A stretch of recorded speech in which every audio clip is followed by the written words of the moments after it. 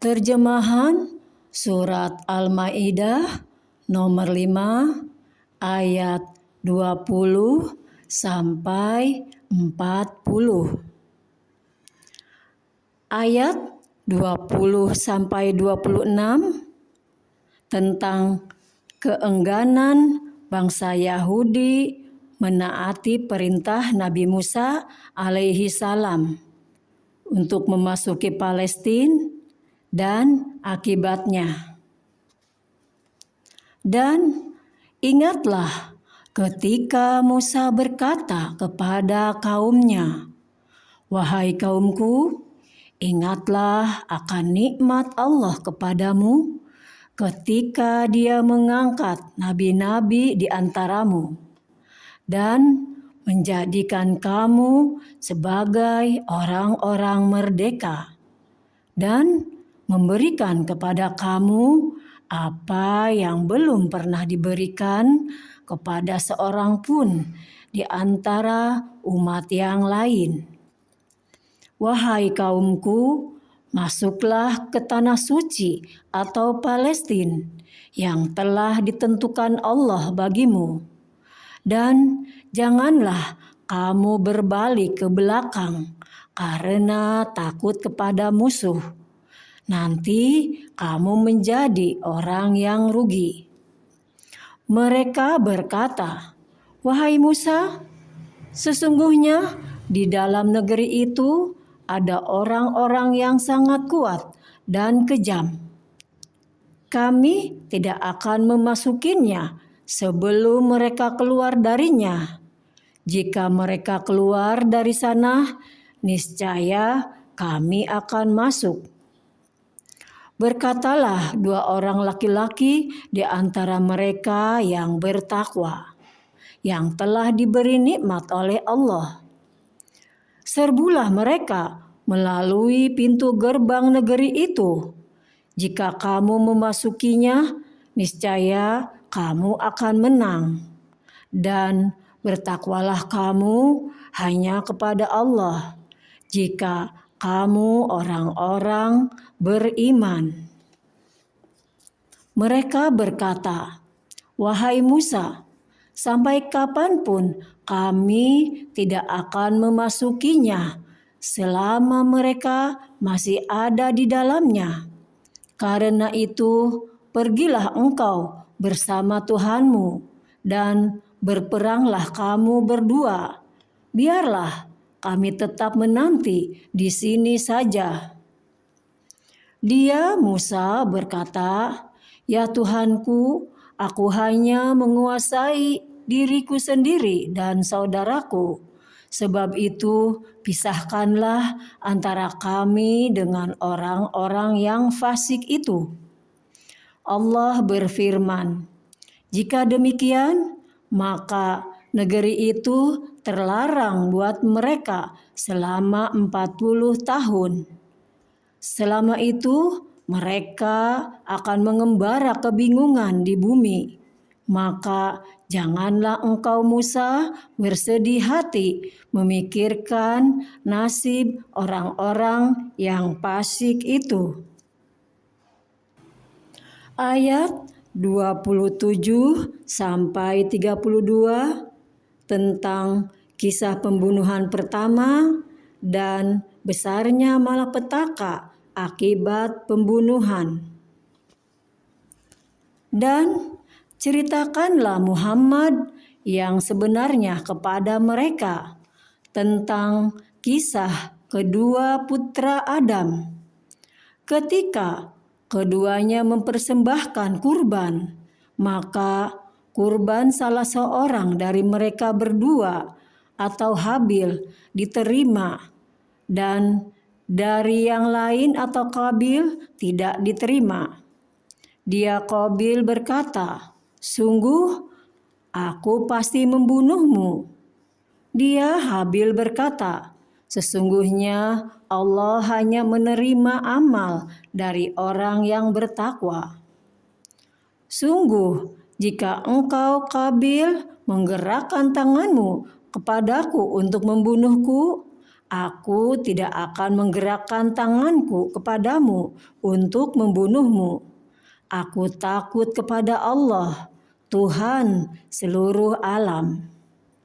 Sesungguhnya aku ingin agar engkau kembali dengan membawa dosa membunuhku dan dosamu sendiri. Maka engkau akan menjadi penghuni neraka, dan itulah balasan bagi orang yang zalim. Maka nafsu Kabil mendorongnya untuk membunuh saudaranya. Kemudian dia pun benar-benar membunuhnya. Maka jadilah dia termasuk orang yang rugi. Kemudian Allah mengutus seekor burung gagak menggali tanah untuk memperlihatkan kepadanya Kabil sebagaimana dia seharusnya menguburkan mayat saudaranya. Kabil berkata, "Oh, celaka aku, mengapa aku tidak mampu berbuat seperti burung gagak ini, sehingga aku dapat menguburkan mayat saudaraku ini?" Maka jadilah dia termasuk orang yang menyesal.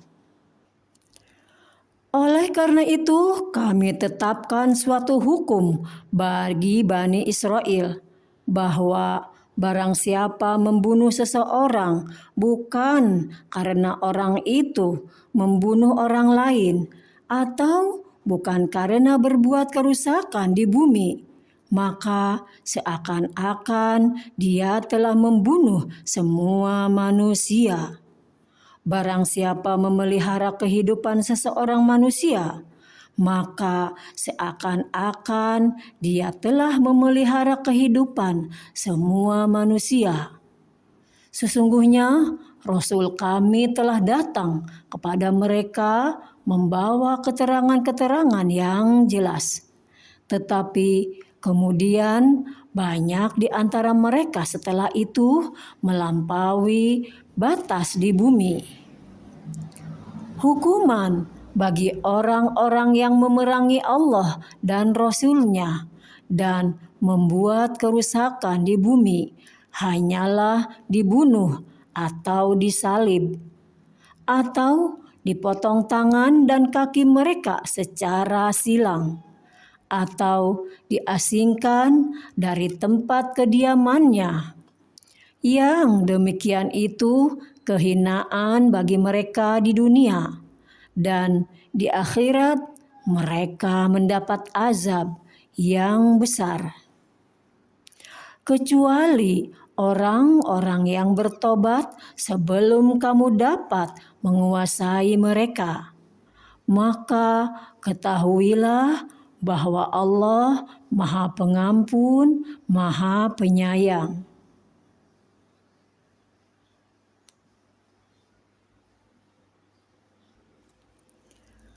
Ayat 33 sampai 40 tentang hukuman terhadap perusuh dan pengacau keamanan. Hukuman bagi orang-orang yang memerangi Allah dan Rasul-Nya dan membuat kerusakan di bumi hanyalah dibunuh atau disalib, atau dipotong tangan dan kaki mereka secara silang, atau diasingkan dari tempat kediamannya. Yang demikian itu kehinaan bagi mereka di dunia, dan di akhirat mereka mendapat azab yang besar. Kecuali orang-orang yang bertobat sebelum kamu dapat menguasai mereka, maka ketahuilah bahwa Allah Maha Pengampun, Maha Penyayang. Wahai orang-orang yang beriman, bertakwalah kepada Allah dan carilah wasilah atau jalan untuk mendekatkan diri kepadanya, dan berjihadlah atau berjuanglah di jalannya agar kamu beruntung. Sesungguhnya orang-orang yang kafir, seandainya mereka memiliki segala apa yang ada di bumi dan ditambah dengan sebanyak itu lagi untuk menebus diri mereka dari azab pada hari kiamat, niscaya semua tebusan tidak akan diterima dari mereka. Mereka tetap mendapat azab yang pedih. Jika mereka ingin keluar dari neraka, tetapi tidak akan dapat keluar dari sana, dan mereka mendapat azab yang kekal. Adapun orang laki-laki maupun perempuan yang mencuri, potonglah tangan keduanya sebagai balasan atas perbuatan yang mereka lakukan dan sebagai siksaan dari Allah. Dan Allah Maha Perkasa, Maha Bijaksana. Tetapi barang siapa bertobat setelah melakukan kejahatan itu dan memperbaiki diri, maka sesungguhnya Allah menerima taubatnya. Sungguh Allah Maha Pengampun, Maha Penyayang. Tidakkah kamu tahu bahwa Allah memiliki seluruh kerajaan langit dan bumi?